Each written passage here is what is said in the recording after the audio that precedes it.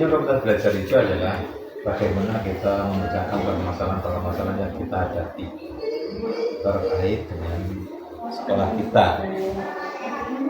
Komunitas belajar ada banyak. Komunitas belajar kita sebagai guru, maka otomatis terkait dengan masalah pembelajaran dan penilaian dan juga pengelolaan informasi.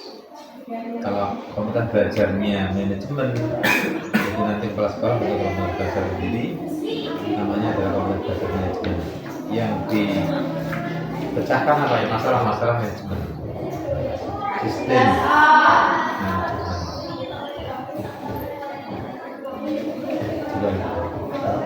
Itu kalau kita ada masalah itu tidak dilemparkan ke orang lain, tapi adalah dipecahkan di itu intinya sih. Oleh sebab itu di dalam kegiatan komunitas belajar itu mesti harus diawali dengan refleksi awal. Refleksi awal itu adalah untuk apa? Untuk mengidentifikasi permasalahan-permasalahan yang ada. Nah, dari identifikasi permasalahan itu nanti akan ketemu mengerucut banyak banyak masalah, tapi dari sekian banyak masalah itu adalah kita fokuskan satu masalah saja, nggak usah banyak-banyak. Siji karena butuh waktu lama, apalagi banyak tambah orang terpecah. Intinya di situ. Nah, itu agar kegiatan belajar itu berjalan dan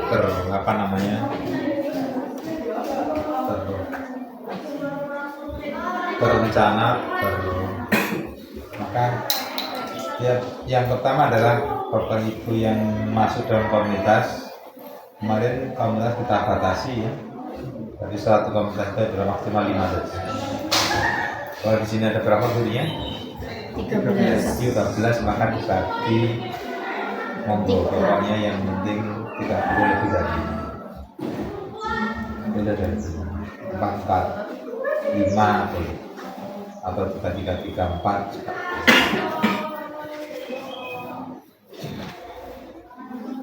Yang kedua,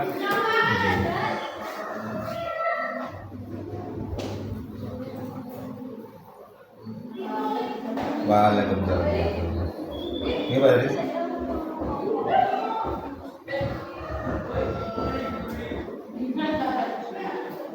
Ya.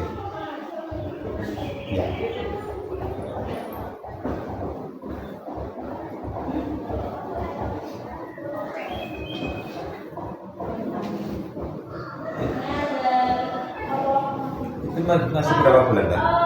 Iya.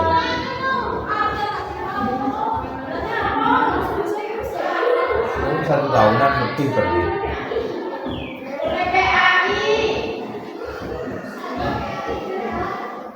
Iya, sedangkan untuk izin dulu saja, terus nanti menyampaikan ke Mbak Ririn. Iya, yang PPTK-nya bagian itu. Nanti gimana solusinya? Kalau tinggal beberapa bulan itu biasanya siang, bisa kok yang ditutupi lah misalnya. Tapi kalau ini masih panjang itu ya saya pikir-pikir. Kebetulan aku ganti kantor, tapi harus ngomong-ngomong lagi ya. Tapi intinya itu ganti di jabatan saya. Jadi itu apa namanya? Ya mungkin untuk yang bulan ini nggak apa-apa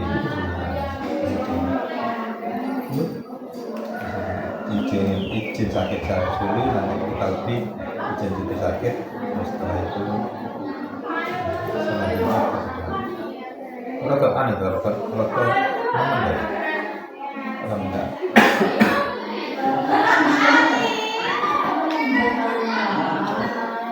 karena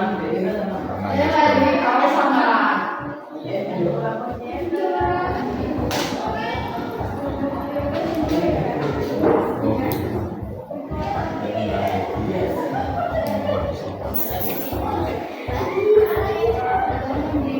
gimana itu dilanan Pak Mbak dilanan. Jadi waalaikumsalam. Ini kita teruskan ke komedi. Ya, jadi yang pertama adalah pemeriksaan kita harus kita laksanakan dokumentasikan harus ada notulen. Notulen bukan notulen umum, tapi notulen khusus kelompok ini. Nanti untuk kelompok yang lain punya notulen sendiri. Ya, gitu ya. Jadi yang kedua adalah kita harus, kalau kita sebut ya, adalah kita harus memiliki komitmen 4 KSE, kompetensi sosial emosional. Itu bagaimana kita mengendalikan emosi diri. Yang kedua adalah manajemen diri. Yang kedua adalah peran sosial, dan yang keempat adalah keputusan untuk bertanggung jawab. Nah, yang dimaksud dengan keputusan bertanggung jawab itu adalah apa? Ya wadah ketika sedang ayo sampai ngumpul, yang ngumpul tenang. Aku kayak gini dan sebagainya. Itu namanya adalah KSE-nya tidak jalan. Kita punya kompetensi sosial emosional. Namanya manajemen diri, otomatis ketika nanti kita rencanakan, misalnya kita ngumpul satu pekan minimal harus satu pertemuan ya, satu pertemuan paling minimal itu 1 jam. Itu ngomong nih masalah ini. Nah, ketika itu misalnya kok ketika misalnya ada sesuatu ya, misalnya direncanakan hari Selasa kok kita ya Raisa yang ini, maka segera komunikasi dengan anggota kelompok, apakah dipindah jamnya atau pindah harinya. Tapi yang penting adalah satu pekan, ketika itu ada pekan efektif harus ada pertemuan. Jadi ada pertemuan. Yang berikutnya kegiatan kelompok belajar mengajar ini, kalau belajar internal ini, kompel ini, itu ketika kita bekerja itu menggunakan kita sebagai siklus inquiry. Siklus inquiry itu adalah yang namanya inquiry. Kita tahu belajar inquiry ya, inquiry learning itu intinya di situ. Artinya apa? Kita harus berangkat dari adanya masalah yang kita hadapi, dan itu harus kita ucapkan. Itu intinya di situ. Maka di dalam inquiry itu diawali dengan refleksi awal,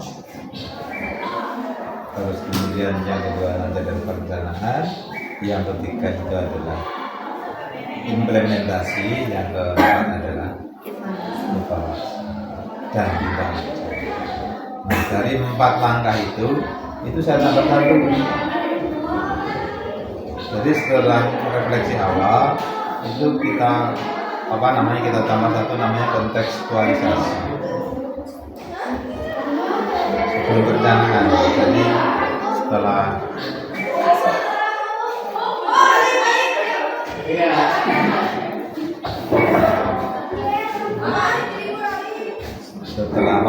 refleksi awal itu nanti kita laksanakan kontekstualisasi.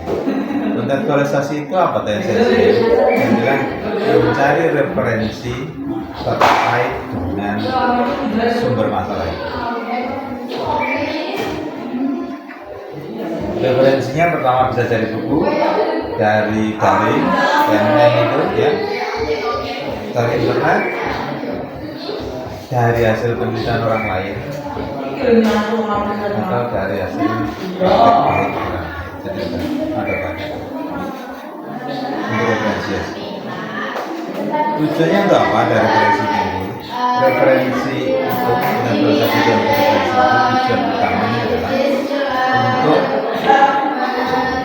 memastikan bahwa solusi yang kita pilih nantinya itu memiliki dasar keilmuan, memiliki apa namanya, kalau orang melakukan penelitian itu ya, mana kajian ini sehingga tidak salah. Kalau kita hanya merancang ke terus angan itu dikhawatirkan nanti salah dalam proses kita tambahkan.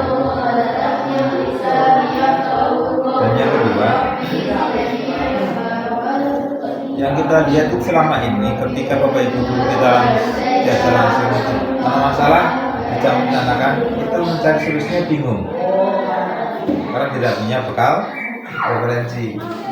Ketika kita mencari bekal referensi, akhirnya nanti ketemu, oh bisa solusi. Ya. Jadi itu langkahnya. Nah, untuk mencapai langkah itu nanti kegiatan kombal itu harus sampai selesai pada siklus yang terakhir, yaitu isolasi dan tidak lanjut. Oleh yang tengah-tengah, apalagi ngomongnya yang selama ini sebenarnya masalahnya banyak dan sering dibicarakan. Tapi kalau dibicarakan, nggak boleh diimplementasikan. Nah, masalah itu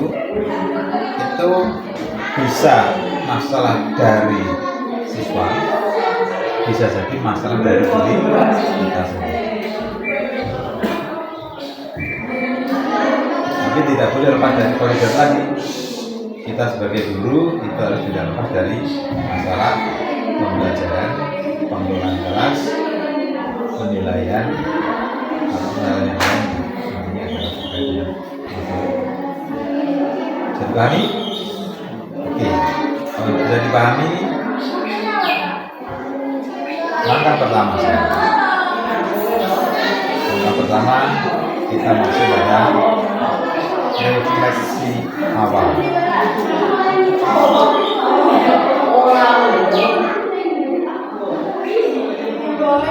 Kelompok yang 4 ya.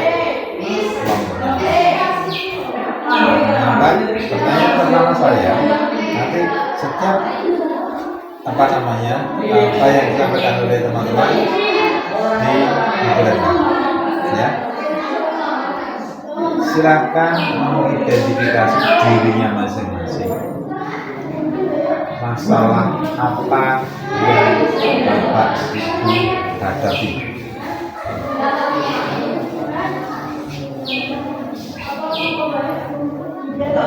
Siapa yang Bapak Ibu hadapi?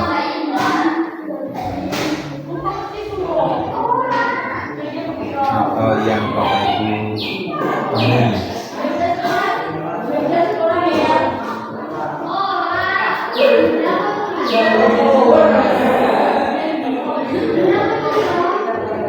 Kalau masih bingung, masalah itu apa toh? Masalah itu adalah apabila muncul antara harapan dan kenyataan tidak sesuai, itu namanya masalah.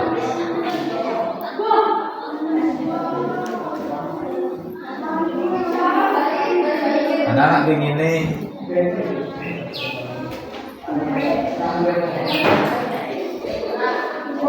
apa namanya, misalnya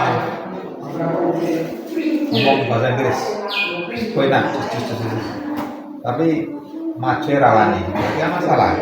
Kenapa? Antara yang diharapkan dengan kenyataan tidak. Sudah? Sekarang identifikasikan satu dulu. Dari siapa?